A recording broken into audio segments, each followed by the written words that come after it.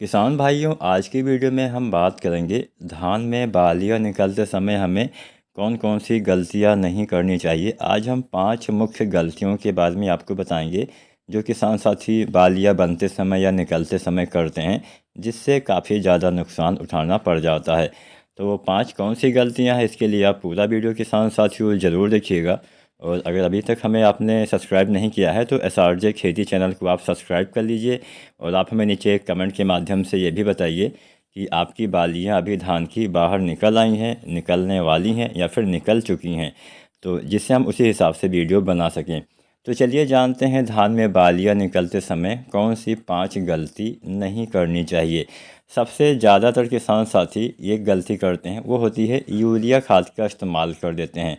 तो पहले नंबर पे हमने इसी विषय को लिया हुआ है कि यूरिया हमें धान की फसल में डालना चाहिए बालियाँ निकलते समय या नहीं डालना चाहिए। अगर हम इसका इस्तेमाल करते हैं तो इससे फ़ायदा क्या होता है और नुकसान क्या होता है, दोनों चीज़ों के बारे में बात करेंगे।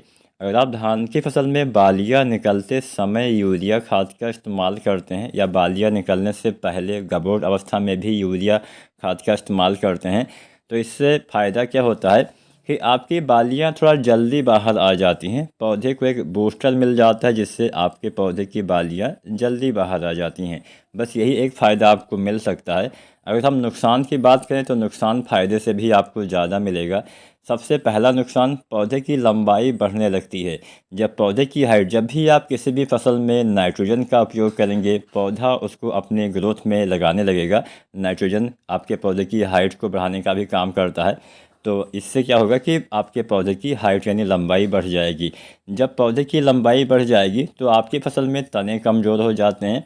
जब तने कमज़ोर रहेंगे, पौधे औसतन ज़्यादा लंबे हो जाएंगे और बालियाँ निकलने के बाद ऐसी समस्या अवश्य आएगी कि आपकी फसल थोड़ी सी भी हवा चली, बरसात हुई तो गिर जाएगी। तो इसलिए हमें यूरिया धान की फसल में ना तो बालियाँ निकलने से पहले गबोट की अवस्था में डालना चाहिए और ना ही बालियाँ निकलते समय या निकलने के बाद डालना चाहिए। पहला नुकसान तो यही होता है कि लंबाई बढ़ती है, तने कमज़ोर हो जाते हैं, फसल गिरने की संभावना बढ़ जाती है। दूसरा नुकसान क्या होता है, जब आप इन अवस्थाओं में, जब आपकी बालियाँ निकलने वाली होती हैं, इस समय बहुत सारी कीटों का अटैक होता है, बहुत सारी बीमारियों का अटैक भी होता है। अगर आप यूरिया इस समय डालते हैं तो कीटों का अटैक या फिर बीमारियों का अटैक ज़्यादा होने की संभावना बढ़ जाती है। शीत ब्लाइट हो सकता है, हापर का अटैक हो सकता है, अन्य बहुत सारी फंगस जनित बीमारियों का अटैक हो सकता है। तो इसीलिए ये काम क्या करेगा कि फसल में आपकी गर्मी को बढ़ा देगा, जिससे टेम्परेचर थोड़ा ज़्यादा गर्म होने से आपके पौधे में बीमारी लगने की संभावना जो होती है वो थोड़ा सा बढ़ जाएगी। अब इसके साथ साथ बहुत सारे नुकसान तो मैंने बता ही दिए। मेन 2 नुकसान, बीमारी लगने का खतरा बढ़ जाएगा, फसल लंबी होने से गिर सकती है। तो यूरिया आपको नहीं डालना है। खासकर जितनी भी धान की फसल 60 दिन से ऊपर हो गई है उसमें यूरिया नहीं डालना है। वैसे जल्दी तैयार होने वाली वैरायटी में तो हमें अंतिम यूरिया 40 दिन के अंदर ही डाल देना चाहिए।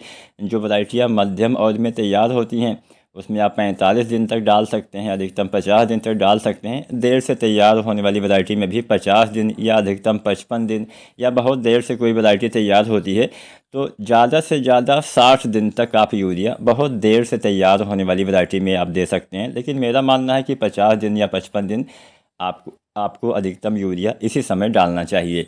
तो यहाँ पे यूरिया, अगर हम अंतिम यूरिया की बात करें तो 40 किलो के आसपास हम इस्तेमाल करते हैं, 30-40 किलो पर एकड़ के हिसाब से। जो किसमें जल्दी तैयार हो जाती है उसमें 30 किलो, कोई मध्यम अवधि की वैरायटी है तो उसमें 35 किलो, कोई देर से तैयार होने वाली धान की वैरायटी है तो उसमें 40 किलो अंतिम यूरिया हमें देना चाहिए। 50 दिन के अंदर डाल देना सबसे बढ़िया रहेगा।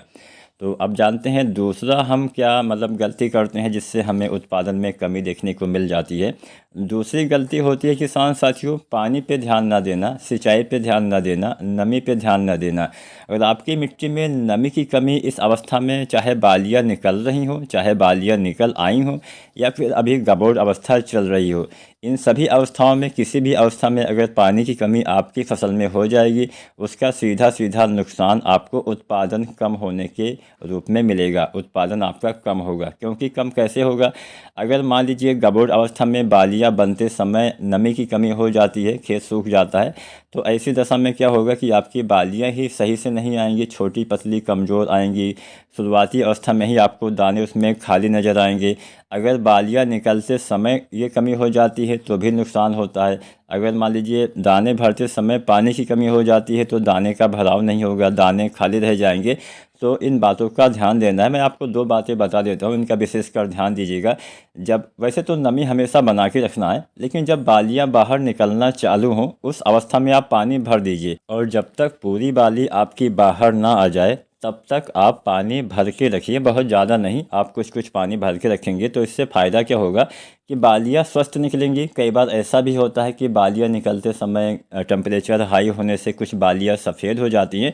तो हालांकि बहुत ज़्यादा इसमें तो फ़र्क आप नहीं कर सकते, लेकिन हाँ टेम्परेचर कुछ मेंटेन आप कर पाएंगे। ऐसा करने से अच्छी और स्वस्थ बालियाँ निकलती हैं। इसके साथ साथ किसान साथियों, अंतिम पानी की अगर हम बात करें तो अंतिम पानी मतलब आपको पानी कब से नहीं देना है, सबसे पहले ये जानिए। आपको पानी तब उसके बाद नहीं देना है जब आपकी धान की फसल में बालियों के जो दाने का रंग होता है वो सुनहरा हो जाए, हल्का सुनहरा होना स्टार्ट हो जाए, शुरू हो जाए, तब आपको पानी बंद कर देना है। अगर उस समय नमी की कमी है तो उस समय अंतिम पानी लगा के हल्का हल्का और पानी बंद कर देना है। आखिरी पानी और पहला पानी किसी भी फसल में बहुत ज़्यादा नहीं लगाया जाता है। और धान की फसल की ही बात क्यों ना की जाए तो इस समय भी आपको जब आखिरी पानी आप लगाएं तो बहुत ज़्यादा भरिएगा मत, क्योंकि उस समय सर्दियाँ स्टार्ट हो जाती है, पानी उतना जल्दी सूखने वाला है नहीं। हवा चली आपकी फसल गिर गई तो आपको काफ़ी नुकसान होगा। तो पानी पे आपको ध्यान देना है। नमी तो हमेशा ही बना के रखना है। जब से आप रोपाई करते हैं उसके बाद से जब तक आप अपना फसल काट नहीं लेते हैं, दाने पक नहीं जाते हैं, तब तक नमी आवश्यक होती है।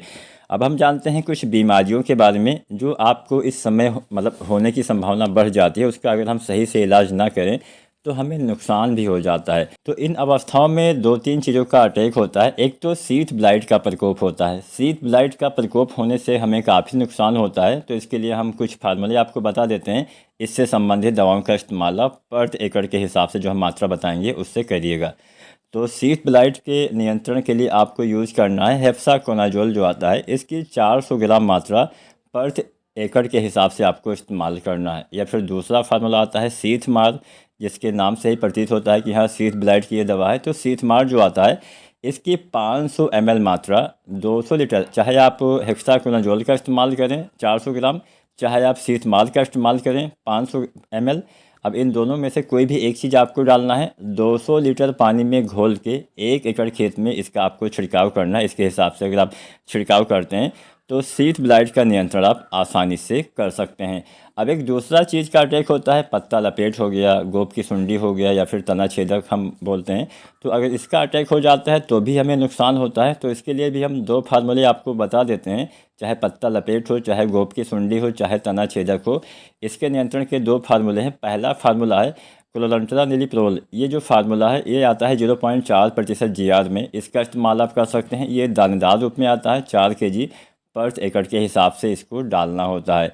या फिर दूसरा फार्मूला आता है जिसका आप स्प्रे विधि से प्रयोग कर सकते हैं। ये फार्मूला है फ्लोवेंडामाइड जो आता है 39.35% में। इसकी 30 से 40 ml मात्रा पर एकड़ के हिसाब से आपको स्प्रे करना है। अगर आपको लक्षण दिखाई देते हैं तो मेरे हिसाब से स्प्रे करना थोड़ा बेहतर रहेगा, क्योंकि इससे जो अटैक होता है मतलब इससे जो नियंत्रण होता है बहुत जल्दी हो जाता है। जो हम चीज़ें जड़ों में डालेंगे, मिट्टी में डालेंगे तो पौधे तक पहुंचने में कुछ समय लगेगा। जो हम स्प्रे करेंगे वो तो तुरंत ही पहुंच जाता है, मतलब कुछ घंटे के बाद पहुंच जाता है।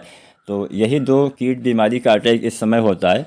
तो इसका भी आपको नियंत्रण करना है। कई बार हम जान नहीं पाते हैं, हम बाद में ध्यान नहीं दे पाते हैं, हमें काफ़ी नुकसान हो जाता है।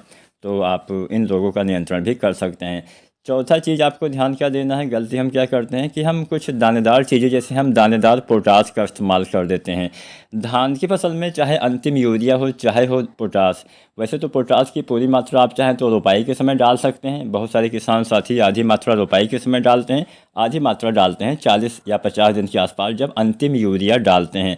आप भी चाहें तो 2 भागों में बांट के डाल सकते हैं, थोड़ा बेहतर रहेगा। अब यहाँ पे जिन किसान साथियों ने बिल्कुल भी पोटास ना डाला हो उनकी फसल अभी 50 या 55 दिन की है, अधिकतम 60 दिन भी मान लीजिए, बहुत देर से तैयार होने वाली वैरायटी है। तो उसमें आप पोटास 20-25 किलो अभी भी आप जो MOP पोटास 60% वाला आता है 20-25 किलो पर एकड़ के हिसाब से डाल सकते हैं। लेकिन अगर आपकी फसल अभी लगभग 60 दिन से ज़्यादा दिन की हो गई है तो दानेदार पोटास नहीं डालना है। ऐसी अवस्था में आप NPK 0050 का इस्तेमाल कर सकते हैं। इसके इस्तेमाल से कुछ पोटास की पूर्ति आप कर पाएंगे। तो NPK 0050 1 किलो से लेकर 1.5 किलो प्रति एकड़ के हिसाब से आपको इस्तेमाल करना चाहिए।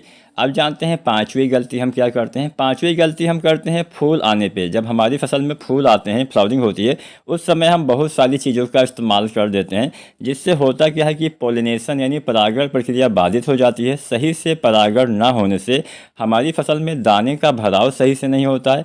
जब फसल में दाने का भराव सही से नहीं होगा तो नुकसान होगा। तो आपको कुछ भी, जब आपके फसल में फ्लावरिंग की अवस्था हो रही हो, तो ना किसी कीटनाशी का इस्तेमाल करना है, ना ही किसी फफूंदनाशी का इस्तेमाल करना है, और ना ही किसी रसायन खादों का इस्तेमाल करना है। कुछ भी आपको स्प्रे विधि से नहीं डालना है, नहीं तो परागण बाधित होने से आपको नुकसान हो जाएगा। अच्छे से परागण के लिए आप जब 0.34 डालते होंगे गबोट अवस्था में 1 से 1.5 किलो, उसके साथ बोरोन का इस्तेमाल कर सकते हैं। बोरोन जो आता है 20% वाला, लगभग 100 से 125 ग्राम, और NPK 0.34 गबोट अवस्था में डालेंगे तो परागण भी अच्छे से होगा, बालियाँ भी अच्छे से आएंगी और आपको अच्छा उत्पादन भी मिलेगा। तो उम्मीद करते हैं आज की वीडियो, आज की जानकारी आपके लिए उपयोगी साबित होगी, आप इसका लाभ उठाएंगे। पूरा वीडियो देखने के लिए आप सभी का धन्यवाद। आप हमें नीचे कमेंट के माध्यम से यह अवश्य बताइएगा कि आपकी फसल कितने दिन की हो गई है। वीडियो देखने के लिए आपका एक बार फिर से धन्यवाद।